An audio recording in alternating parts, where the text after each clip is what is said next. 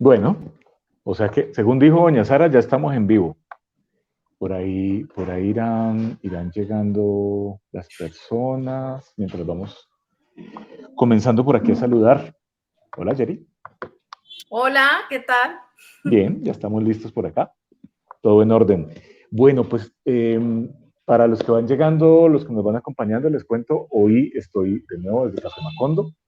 La idea es pues también poder como recorrer algunos espacios en Cali como para poder tomar cafecito y además para también poder hablar un poco de lo que va pasando en la movida cafetera, en los sitios de Cali, que además tiene una característica y es que son sitios que permiten, digamos, como encuentros muy personales, pero también sirven para cosas laborales. Entonces también ha sido como muy chévere ese encuentro y sobre todo para los que estamos como todo el tiempo en la calle. Eh, Hoy vamos a hablar con Yerili Polanco. Con Yerili nos unen muchas cosas en la vida. El amor, el camino, los espacios, la ciudad y creo que pues también una búsqueda importante de dar la mano y de siempre estar ayudando, cada cual desde su orilla. Eh, cuando pensamos en la posibilidad con Sara de seguir en el tema de los invitados para el café, surgió el nombre de Jerry, pues en principio porque queríamos tener voces relevantes de mujeres que tuvieran que ver con el sector creativo, no necesariamente con el publicitario. Y por supuesto, pues fue nuestra primera opción. Entonces, muchas gracias por estarnos acompañando, muy amable. A ustedes Comienzo por pensar en mí. preguntándote algo y es, para algunas personas, tu historia de vida, tu proceso laboral, etcétera, es muy conocido y pues mucha gente conoce de tus películas, de tu proceso y tal, pero sí me gustaría como que en términos tuyos pudiéramos ver ese proceso desde la historia o desde el aporte que tiene la Universidad del Valle, la universidad pública, en tu vida. Ese primer impacto que tiene la Universidad del Valle y que te trae a lo que estás haciendo hoy, creo que es bonito como que podamos ver ese proceso. Entonces, contanos un poquito cómo arranca tu historia con la Universidad del Valle y cómo te ha permitido llegar hasta donde estás ahora.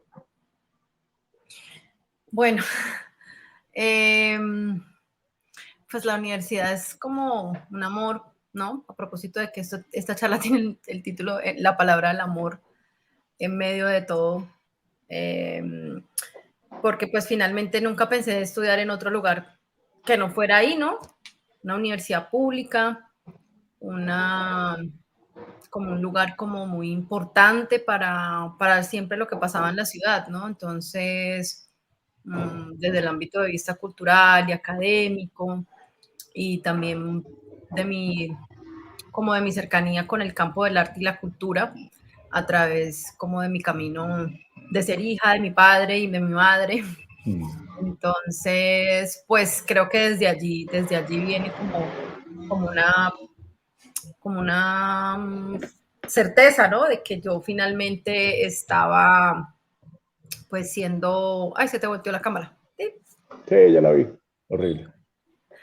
Eso, Una ya. certeza de que, pues sí, como una certeza de estudiar allí. Tampoco nunca quería irme a estudiar eh, a ninguna otra parte, digamos, porque era muy común como en las compañeras del colegio, como que no querían estudiar aquí en la ciudad, o si estudiaban aquí no querían la universidad pública, pues yo era como todo lo contrario, yo quería estudiar ahí, Okay. eh, que mi mamá fue docente del magisterio, entonces eh, tenía como mucha cercanía con el campo de la educación, entonces pues estar allí era como un lugar natural de llegada. Ya estando allí, pues obviamente es como que se te abre todo un mundo, la universidad realmente es como un lugar, como una gran torre de Babel, ¿no? Donde tú conoces demasiada gente, demasiadas formas de ver el mundo. Eh, Realmente se te abre el mundo porque tú vienes como de estar mucho como en el colegio, con tus amiguitos del colegio, y con la familia y no, entonces como que la universidad realmente es como esa torre de Babel donde te encuentras como con todo el mundo y pues el hecho también de que sea una universidad pública pues permite que uno también entre en contacto con diferentes realidades y sobre todo con una conciencia social sobre el papel que cumple el arte y la cultura, que pues es el campo en el que yo digamos me desempeño, pero que también desde muy pequeña yo sabía que ese era un lugar donde uno aprendía lo que, lo que había que aprender y pues que siempre tuviera como un trasfondo social, ¿no? Entonces, pues la universidad es como ese espacio también que me permite a mí como terminar como de conocer el mundo, ¿no? Ahorita estabas mencionando algo que, que creo que es bonito compartirlo y es, tu mamá es profesora per se, o sea, le encanta ser profesora, le encanta enseñar, le encanta educar, pero la otra influencia muy fuerte es tu papá. Ujú. ¿Cómo te jala tu papá al mundo de la cultura? ¿Cómo son esos primeros encuentros a través de tu papá? Pues hay que darle el crédito a mi mamá también. Sí, porque no quiero que sea solamente mi papá, pero creo que la verdad es que eh, fue como muy importante mi formación cuando era pequeña, llevarme a ver teatro, por ejemplo, desde ver títeres, pero también ver obras de teatro, de música, también estuve en clases de danza, incluso tomé clases de guitarra que mi mamá me regaló, pero yo fui como negada para la música.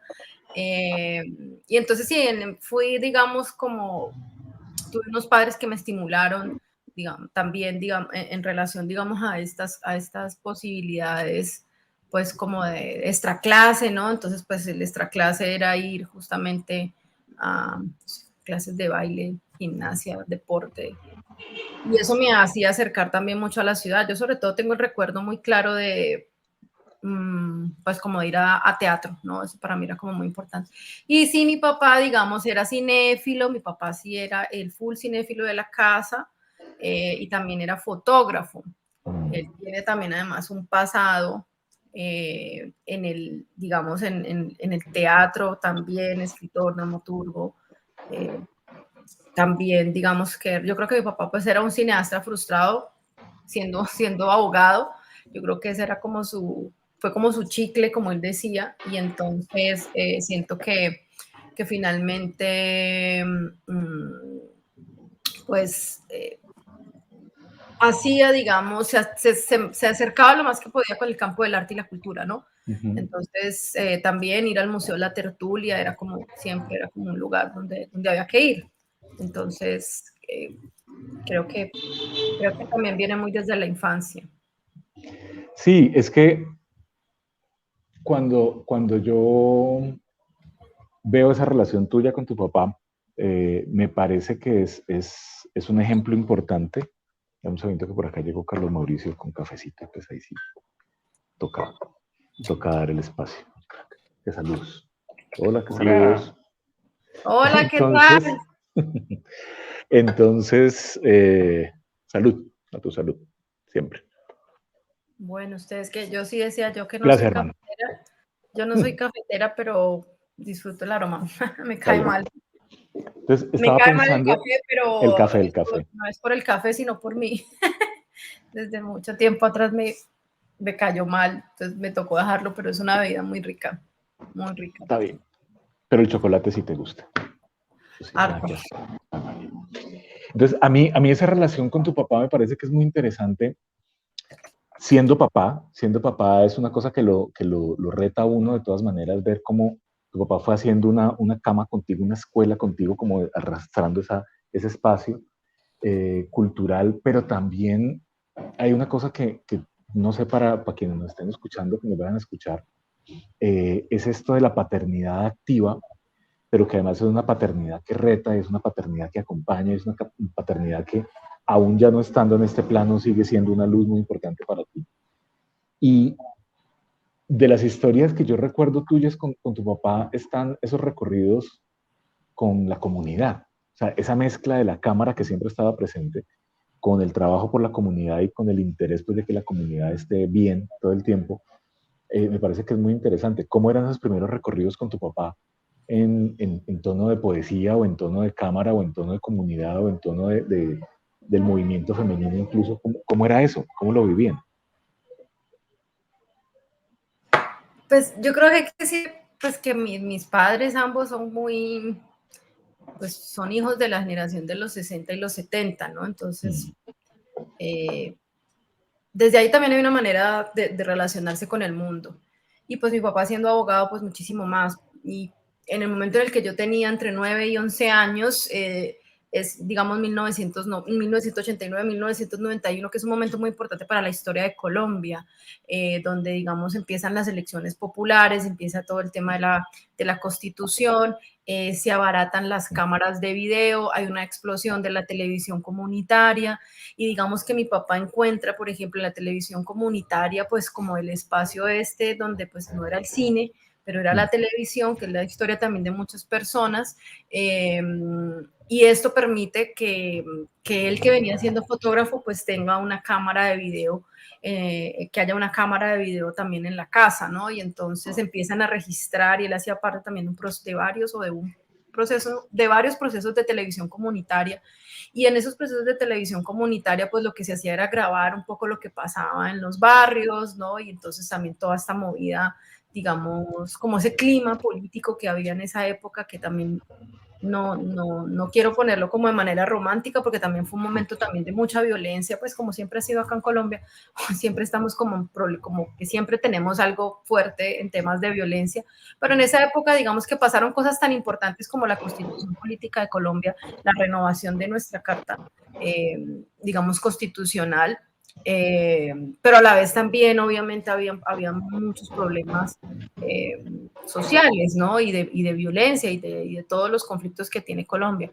Entonces, pues allí yo acompañaba a mi papá, él siempre andaba con una cámara que era la M9000, creo que fue ese momento, y pues también como militante de partidos políticos, también de ir a las reuniones políticas y como estar ahí, ¿no? Creo que también ese fue como un momento en el que yo siempre, digamos, también, pues mi papá me llevaba, literalmente él me llevaba, y pues ahí estaba yo siempre chupando como conversación de grande, conversación Okay. de grande, digo yo.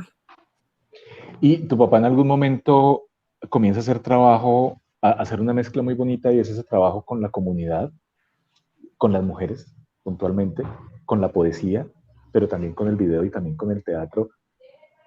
Y a veces yo creo que esas chispas fueron las que fueron armando como el fueguito tuyo inicial del tema del cine, más el feminismo, más lo social, más el apoyo a la comunidad. ¿Cómo era ese trabajo de él con la comunidad, específicamente con el tema de mujeres? No, esa pregunta sí me corchas, no, hasta allá no, no me acuerdo, no tengo como memoria de eso.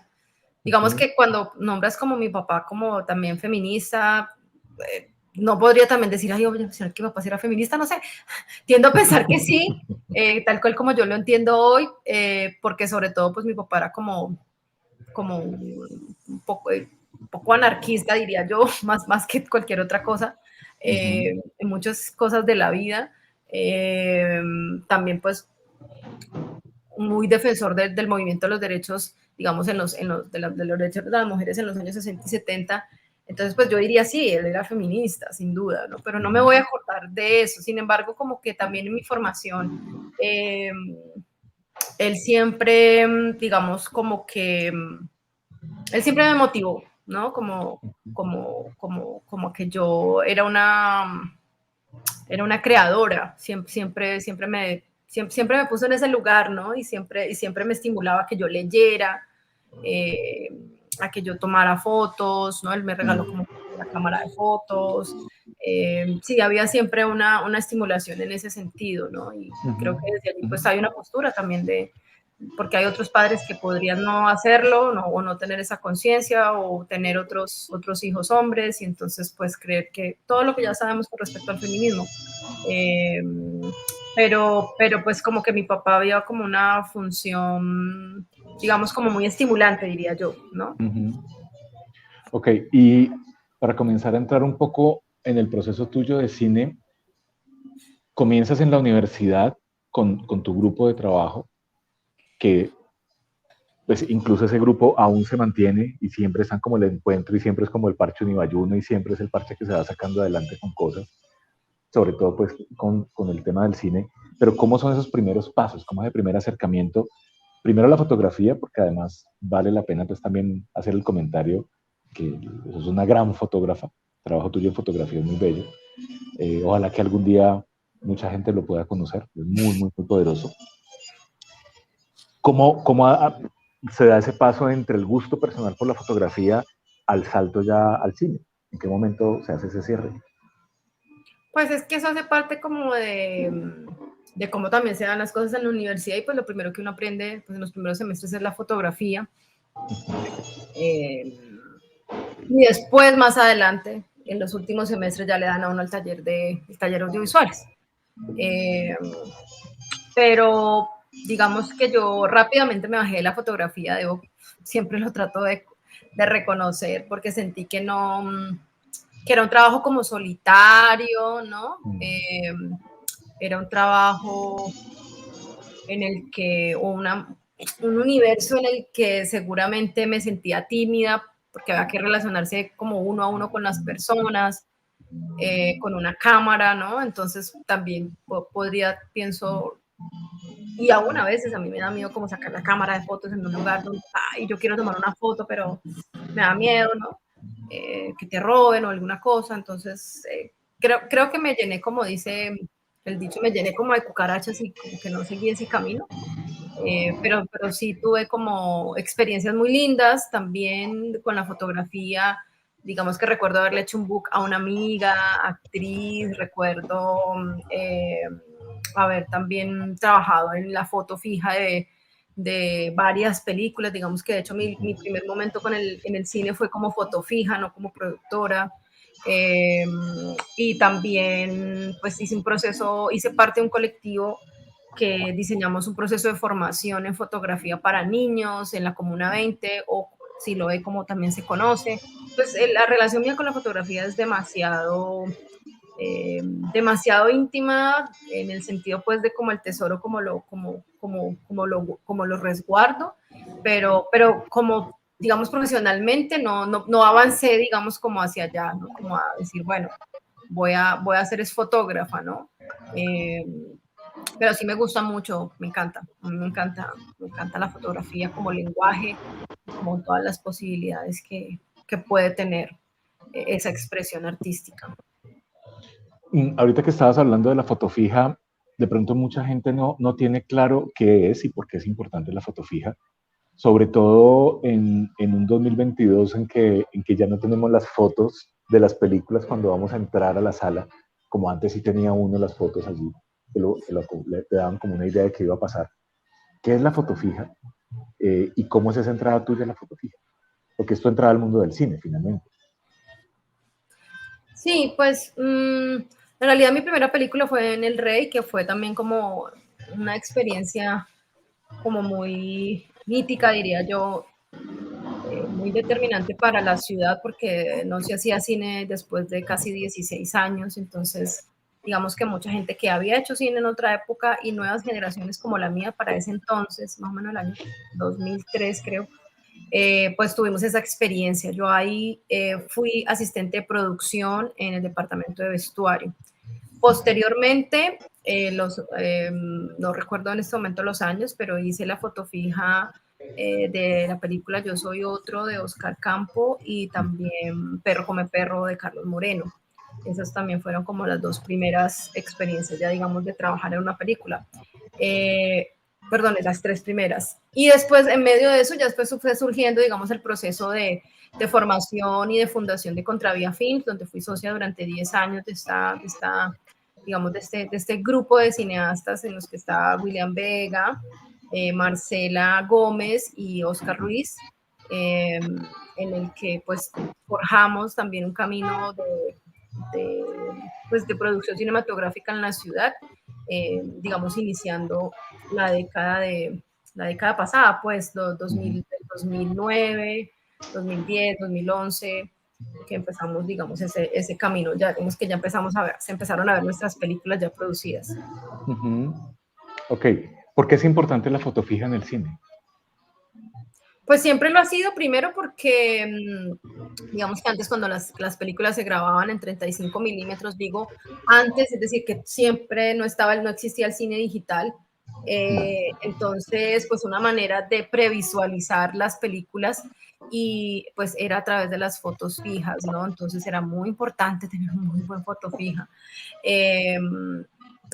Digamos que en la historia del cine. Y ya luego, pues, cuando ya llega el cine digital, pues que es como estas últimas tres décadas, dos décadas, 20, 25 años atrás, 20 años, digamos, cine digital como tal, pues igual el rol se mantiene porque pues también se convierte en un elemento importante para la promoción de las películas. Se mantiene esa relevancia que también, digamos, la tenía cuando las películas se grababan solo en 35 milímetros, o sea, en película cinematográfica. Entonces, pues es muy importante para la producción tener esas imágenes porque pues era lo que permite hoy día pues promocionar las películas con el detrás de cámaras, para el afiche, bueno, para muchas, digamos, necesidades comunicativas de las películas. Ok, es como una memoria de lo que se vio o no se vio también. Yo me acuerdo que algunas de nuestras primeras conversaciones, como hablando de lo que vos que haces, yo qué hago,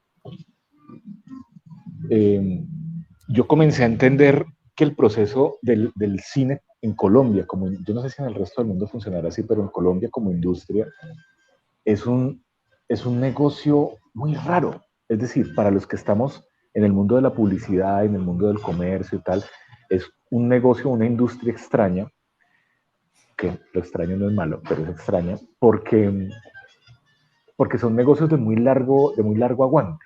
Entonces ahorita estábamos viendo que estás en lanzamiento de En Tránsito en este momento, para quienes no lo hayan visto, vayan para la tertulia y la ven, que es una maravilla de película, de corazón. Pero En Tránsito es una película que lleva 10 años en producción, ¿sí?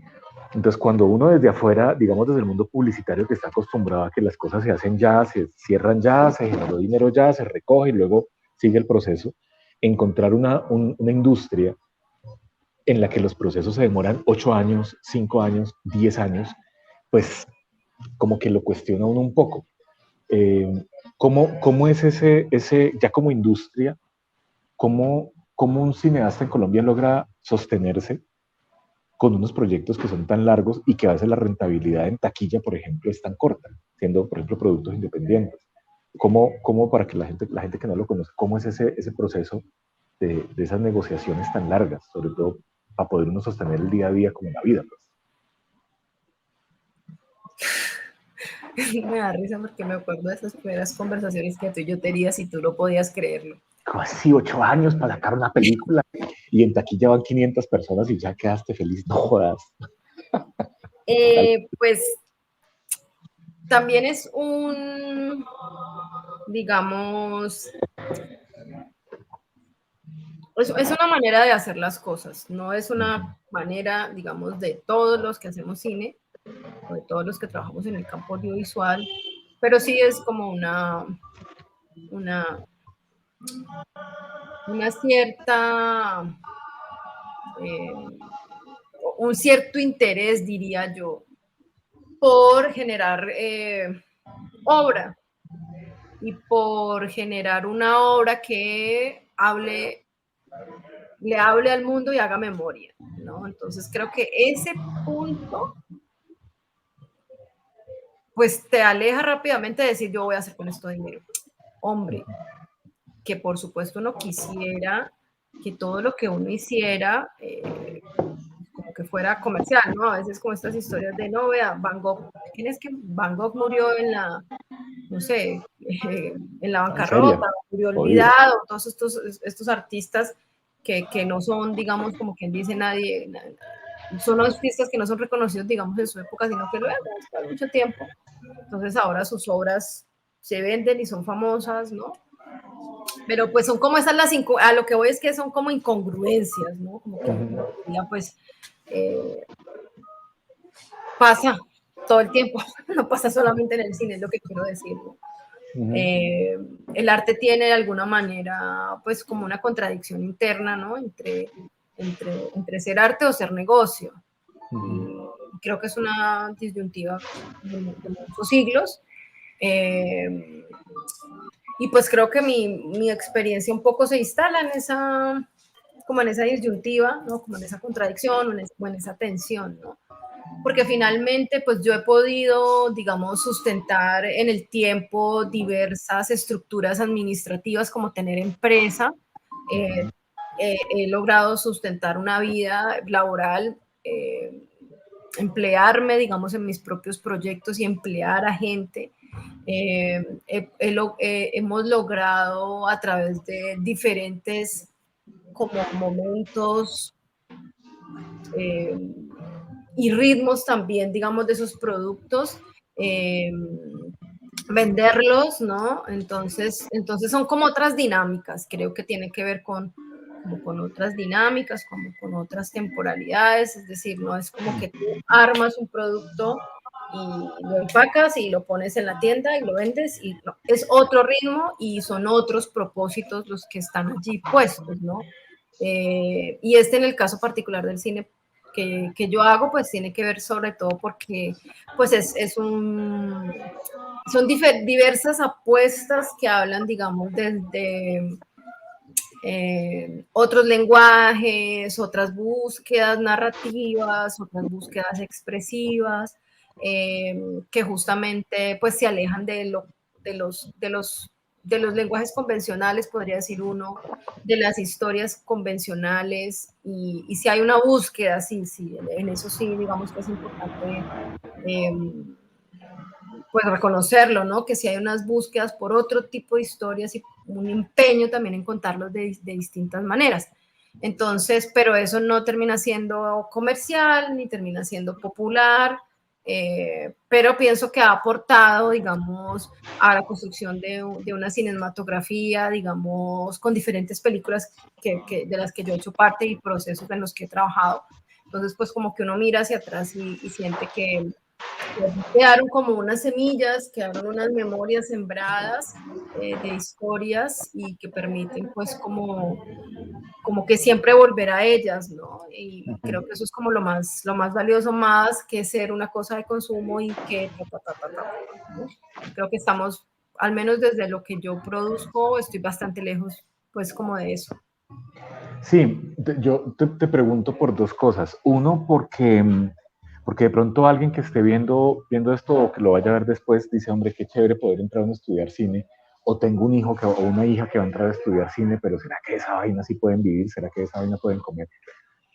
Y creo que esa mirada pues del artista que está solamente por el arte, en el mundo del cine es muy interesante porque es que como hay tantas facetas dentro del mundo del cine, habrá quien se enamore de únicamente la fotografía o del vestuario tal. Entonces, lo primero, como para poder cerrar allí, es posible vivir en el mundo del cine haciendo películas con un corte muy independiente, con un corte muy artístico, con un corte muy profundo, se logra vivir, se vive con dignidad, se vive bien, se puede hacer el proceso. Y allí pasa algo, y es que algo que yo hablo mucho con la gente cuando estoy en temas de mentoría, y pues que lo hemos hablado, es cuál es su indicador de éxito. ¿Sí? Entonces, el tema este de los KPIs, cuál es su KPI, cuál es su indicador de éxito, de que las cosas están saliendo. Y la gran conclusión a la que yo he llegado en el caso tuyo y de la gente que está alrededor tuyo con todo el tema del cine es el indicador de éxito es diferente, porque no pasa por una temporalidad corta, sino porque se logró contar la historia. Entonces, cuando yo veo el proceso de todos los que están en el mundo del cine, o incluso muchos de los que están en la música, el éxito es contar la historia, no lo que siga. No que eso te genere dinero hoy, que te genere dinero mañana. Entonces, la conclusión allí mía es, uno tiene que entender cuál es su indicador de éxito y navegarlo y vivir en él. Pero hasta que uno no lo define, pues termina uno diciendo, sí, yo quiero ser artista, pero también quiero ser millonario, pero también quiero hacer esto, pero también quiero hacer lo otro.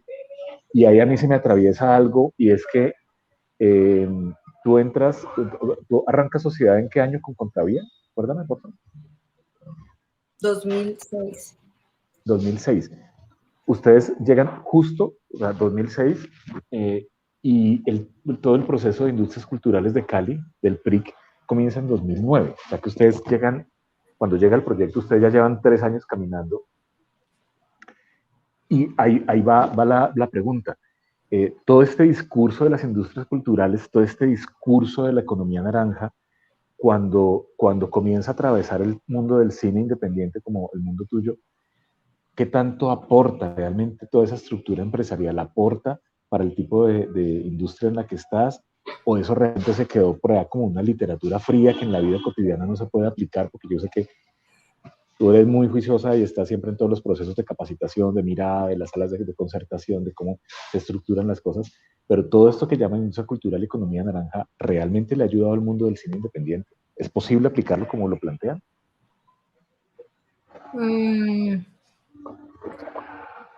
O sea, yo no puedo decir que no sirva, porque sí sirve. O sea, creo que una gran deuda, por ejemplo, de la universidad es como yo no tengo mentalidad empresarial, por ejemplo. Pues no, hay gente que tiene mentalidad empresarial y monta empresas pues como montar en bus. O sea, como que, pero yo, por ejemplo, pues no, porque te están formando desde otro punto de vista, desde, digamos, un campo más humanista y con otras preocupaciones, ¿no? Entonces son diferentes preocupaciones y ambas son válidas, ¿no? Entonces creo que no pienso que no aporte, o sea, yo pienso que sí aporta, da estructura, da orden, ayuda, digamos, a planear y organizar, ¿no? Yo recuerdo como un estudiante que hizo como una tesis y por primera vez conocí el modelo Canva. Y entonces, bueno, no Canva, ojo, Canvas, no Canva el que hace diseño gráfico, No. Canva, Canvas. Y entonces era un diseño del tema empresarial. Entonces, claro, te empiezan a preguntar un montón de cosas que, pues, que para una estructura como la que teníamos en ese momento, pues no era, no, no, esto no es una empresa viable porque no es posible medir según unos indicadores que traen digamos, digamos, esas metodologías porque son de muy largo plazo y termina uno siempre como en rojo o quedado, ¿no? Pero es, como te digo, depende mucho desde donde tú lo mires, ¿no? Yo creo que es como que incluso mi indicador, yo no le llamaría como mi indicador de éxito, sino como mi meta cumplida, ¿no? Es como que yo estoy haciendo estas historias porque considero valioso que existan para el mundo y que la gente sepa estas cosas del mundo y pueda ver el mundo desde este punto de vista y dialogue con esto y le genere preguntas para esto, ¿no? Mi indicador de éxito no es el número de espectadores que vayan a ver una película, sino que les pueda movilizar. Ojo, eso no quiere decir que no me importe y que no bregue y que no mande WhatsApp diciendo vayan a ver mi película, ¿no? Que no la difunda, ¿no? O que no la promocione. Pero pues justamente es porque quiero que la vean, no porque quiero que hagan un número, ¿no? Entonces creo que hay unas diferencias, digamos, en una delgada línea, En el año pasado, igual me corriges con las fechas, por favor. El año pasado, ustedes como Killary, su empresa, presentan una investigación, un estado del arte de lo que es la participación de las mujeres en el cine en Colombia. Y ese estado del arte o línea base, pues, porque hasta donde sé no había más investigación, no hay investigaciones previas en Colombia sobre ese tema, hasta donde yo sé. Muestra una realidad que mucha gente pues desconoce, no tenía ni idea cuando comencé a ver los números que me mostrabas, dije, no, ¿esto cómo es posible? O sea, ¿cómo es posible que esto pase y cómo es posible que no nos demos cuenta? ¿Y cómo es posible que la sociedad asuma que estas vainas no pasan? Entonces, yo sé que de la investigación tuya hay 2 o 3 hallazgos que son fundamentales en el proceso. Porque no nos contás un poquito sobre esos 2 o 3 hallazgos que te dejaron como fría, como que, ¿qué es esto? Y sobre eso podemos comenzar a hablar del papel, pues por un lado de la mujer en el cine en Colombia y por el otro lado del feminismo en tu proceso. Entonces comencemos con la investigación. ¿Cuáles son esos 3 hallazgos que te dejaron como fría, que no esperabas? Pues el primer hallazgo es haber hecho la investigación porque no existía en Colombia un estudio de paridad de género, de estudio de brechas de género en el cine. No existía, digamos. Obviamente en Colombia existen datos estadísticos sobre las brechas que existen entre los hombres y las mujeres, pero digamos que hablan de manera, utilizan categorías generales, entonces, que acceden al trabajo, que acceso a la educación, ¿sí? Que trabajo no remunerado, etc., etc., etc. Pero no, digamos, un estudio sectorial, ¿sí? Y que tuviera perspectiva de género. Yo creo que eso en sí hace que sea un primer hallazgo. Incluso la misma investigación para mí, tal cual como está, es como un hallazgo, porque no existía como ese documento, que está inspirado, digamos, en las experiencias que yo encontré y que yo conocí de la Asociación de Cineastas Española, CIMA, y también de un estudio del cine chileno. Entonces yo dije, bueno, ¿y acá en Colombia dónde están esas cifras? Entonces, pues no estaban. Nos dimos a la tarea titánica de hacer el levantamiento de la base de datos del cine colombiano aplicando la categoría de sexo femenino y masculino y a partir de ahí poder sacar los datos de justamente cómo era la participación de las mujeres en las películas estrenadas en salas de cine. Entonces, pues nosotros estudiamos 6 roles, entonces hablamos de, digamos, de evidenciar justamente cuál es el rol con menos participación de mujeres, es el de fotografía, donde solamente el 6% de mujeres ha participado en el rol de dirección de fotografía en 60 años de producción de cine colombiano. Y el de mayor es el de dirección de arte con el 39%. Ninguno de los dos, pues el primero es muy bajito y el más alto no alcanza ni siquiera el 50%. Y roles como el de dirección es del 13% de participación de mujeres y el de guión 17%. Digamos que son valores bastante bajos, digamos, considerando que la muestra es de 60 años. Entonces, y de 500 largometrajes a través de esos 60 años. Entonces, pues, digamos que están esos datos que pues confirman y traen, digamos, al sector la confirmación que, que ya nosotros intuíamos sobre que no existía paridad en el cine colombiano, así como no hay paridad en, por ejemplo, los cargos de elección pública, ¿no? En diferentes, digamos, otros ámbitos del mundo donde la participación de las mujeres es minoritaria, el deporte, la salud, la ciencia.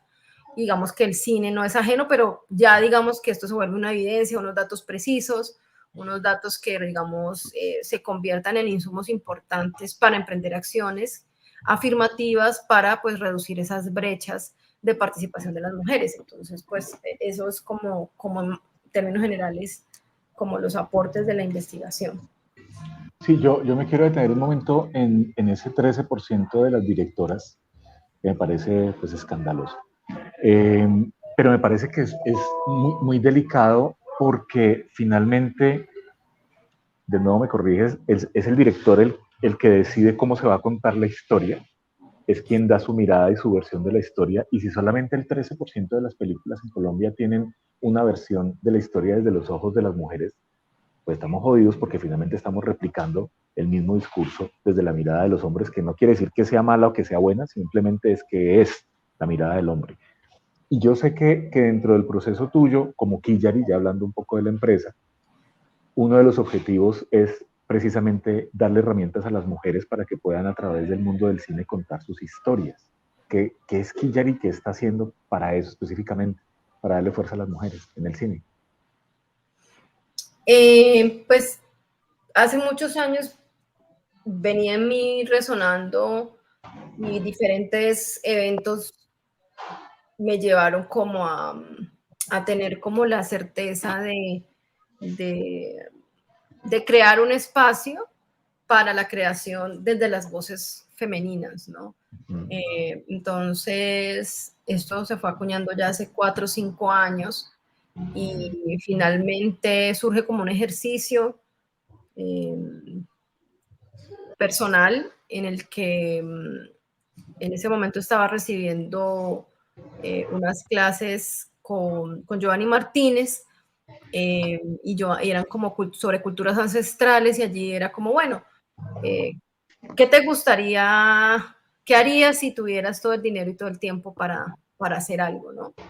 Entonces, claro, pareciera que uno lo que estaba haciendo no le gustaba o no era lo que quería hacer. Entonces uno entra también ahí en confrontación en esa clase, pero entonces al hacer el ejercicio pues me doy cuenta que eso que quiero, pues encontramos un espacio, digamos, para amplificar las voces de creación de las mujeres. Entonces ahí es donde surge Quillari Cinelab, y desde allí pues ella ha ido empezando a tomar, ella ha empezado como a crecer y a tomar forma a lo que pues ya es hoy, que es un laboratorio cinematográfico virtual con perspectiva de género.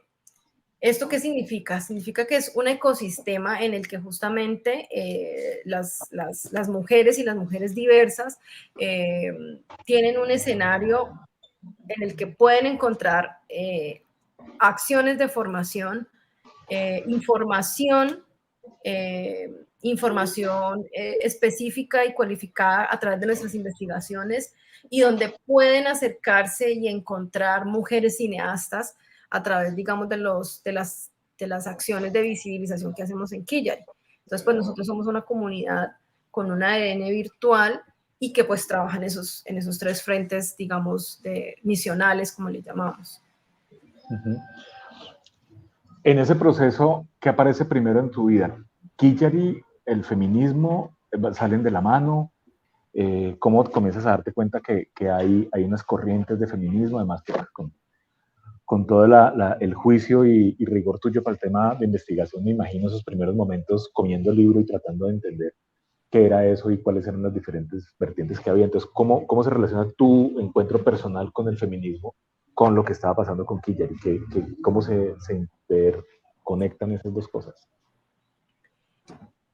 Pues yo creo que lo que te decía, yo creo que el feminismo como que hoy yo diga soy feminista y estoy aquí frente a esta pantalla orgullosamente con el pañuelo verde a propósito de la noticia que esta semana pues ha sido muy importante para el movimiento feminista colombiano, y es, digamos, una nueva sentencia que legaliza el aborto en Colombia. Digamos que ese camino, digamos, de yo decir soy feminista, es un camino también de aprendizaje. Y es una declaración como diaria, diría yo, ¿no? En el que diariamente te estás como reafirmando y te estás haciendo preguntas, porque tampoco como movimiento social es perfecto, tiene críticas, pero también tiene muchos aciertos, tiene muchos desafíos. Entonces creo que es como un ejercicio de militancia y diario, ¿no? Y pues está en la vida mía presente hace mucho tiempo, porque de alguna manera, pues a propósito de lo que hablamos al inicio, mi crianza con mis padres, pues siempre también he sido como una persona con habilidades de liderazgo. Entonces, pues sin duda siempre he tenido como esa pulsión de, sí, como de estar al frente de las cosas, y eso de alguna manera también lo da y lo permite, que también pues también soy como la segunda generación de mi familia que va a la universidad. Entonces uno es consciente, digamos, también de eso, ¿no? Entonces como que uno es como consciente de eso, pues como decir, mi mamá fue a la universidad, pero por ejemplo mi abuela no. Entonces, como que tú eres consciente de esas cosas, ¿no? Entonces, hay muchas cosas que se atraviesan en tu vida, pues como de manera, como desde muy temprana edad te das cuenta de eso, ¿no? Entonces, y se van sumando como cosas, ¿no? Yo creo que también es como una acumulación de experiencias, y es como lo que te digo, fue un ejercicio y lo aterrizaste y eso te permitió como darle forma, y cada día va tomando forma, ¿no? Y de hecho, por ejemplo, estábamos en una capacitación con una querida amiga de la casa de ustedes, Cielo Bernate. Entonces allí sí, Guillermo, ¿no? Entonces, bueno, un montón de preguntas hacia dónde quieren ir, ¿no? Entonces es como un proceso que está en construcción, pero pues con una certeza muy grande como de la importancia, digamos, de pararnos desde un movimiento, como es el movimiento feminista, tejido y tender esos puentes con el campo del cine, ¿no? Como que lo que estamos haciendo es llevar las luchas del feminismo al cine. Y esa es pues como nuestro norte. Y ahí aprendiendo cada vez más sobre lo que el movimiento feminista también te trae, ¿no? Entonces entender el tema de políticas públicas, el tema, digamos, de las acciones afirmativas, el tema de todo lo que tiene que ver con las diversidades de género, con la necesidad también de la interseccionalidad, diferentes cosas que trae siempre caminar algo tan bonito como es el feminismo. Bueno, ya para comenzar a aterrizar y a ir cerrando, yo me acuerdo que tal vez el primero o segundo encuentro nuestro, por allá en Crepes del Peñón, tomando sopa. Yo te preguntaba, ¿por qué nunca te fuiste a vivir a Bogotá? Es decir, entendiendo que allá está la industria, que allá está la televisión, que allá está la posibilidad de crecimiento, y me acuerdo el no rotundo tuyo, entre cucharada y cucharada, de no, no, no, no, no, no, no, no, no. Ya, ok, es absolutamente irrefutable el no, no, no, no, no, no, no. ¿Por qué? Yo soy como más caleña que el pan de bono, es una vaina así, ¿no? Sin embargo, primero no me gusta el frío, entonces creo que por ahí como, uy, descartada así, pero mal. Segundo, pienso que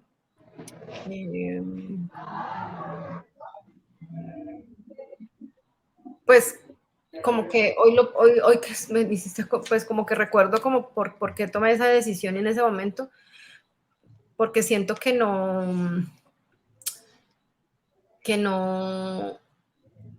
que de alguna manera yo no sentía que quería irme a emplear a una empresa, que era lo que todo el mundo hacía, ¿no? Tal vez en mí siempre ha habido como a pesar de que digo que no tengo mentalidad empresaria, pero finalmente he tenido ya 2 empresas. Pero sí es como hacer lo propio en tu propio territorio, ¿no?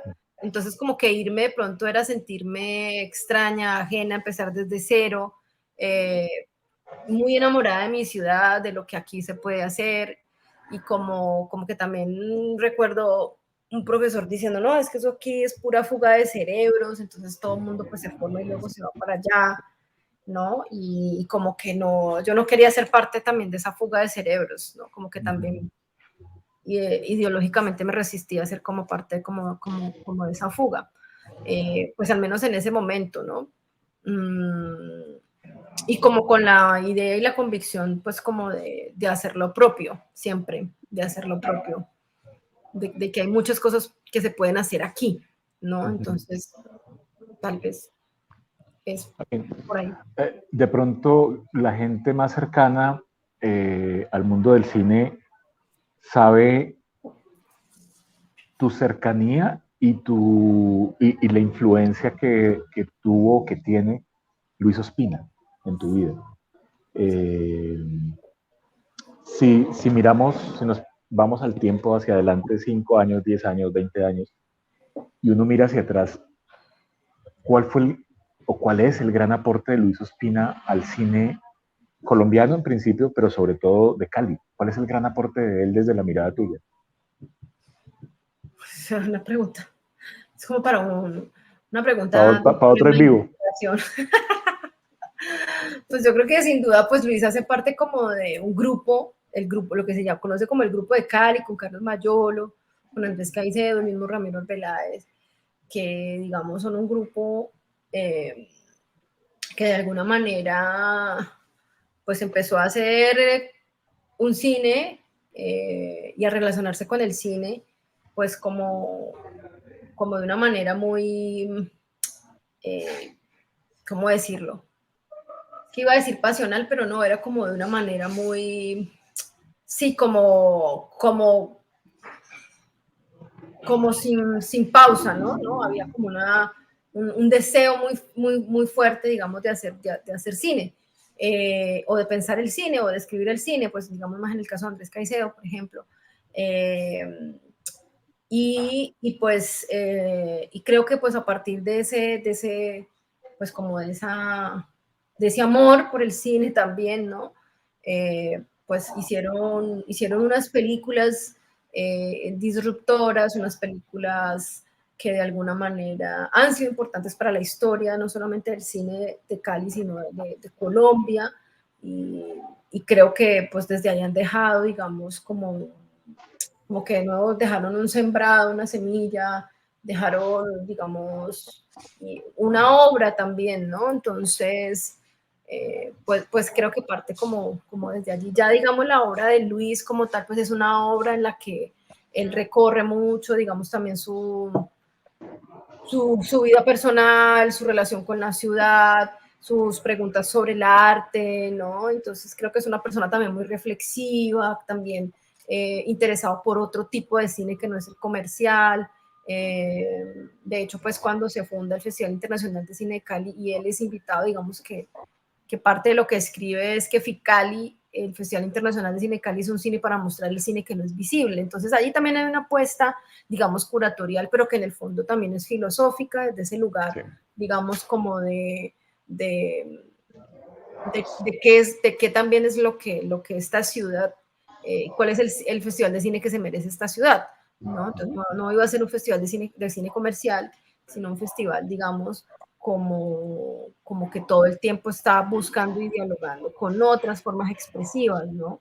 Y creo que pues desde allí, pues Luis también, ya en ese momento, pues cuando él llega al Festival de Cine de Cali, pues él ya digamos, pues ya tiene una gran obra para entonces y un gran reconocimiento por todas las películas pues, que hizo. De hecho, sus películas ahora, toda su obra está, creo que la subieron a Movies, entonces ahí está toda su obra, entonces pues sin duda es eso. Para mí él es un autor, digamos, muy importante y pues obviamente por eso también desde que yo me empecé a formar en audiovisuales y a conocer el mundo del cine, pues sin duda es un referente. Y pues obviamente haber tenido pues la gran fortuna de haber trabajado con él en el Festival de Cine Cali, pues también me genera pues como una gran nostalgia, pero también satisfacción de haber podido conocer, digamos, como el ser humano que obviamente pude conocer a través pues de esos casi 3 años de trabajo con él. Bueno, pues te agradezco mucho. De eso quería que habláramos. Quería que habláramos de tu proceso. Yo sé, y yo sé que vos también sabes que hay mucha gente que necesita esa luz que estás entregando a partir de Quiller y a partir de Musa, que luego importante quienes están en el mundo del cine y tal, hay un tema allí muy importante que es Musa, que es el movimiento de mujeres del sector audiovisual en Colombia. Las mujeres del sector audiovisual en Colombia, que haces parte también de ese grupo y hay también unas luchas allí, una visibilización.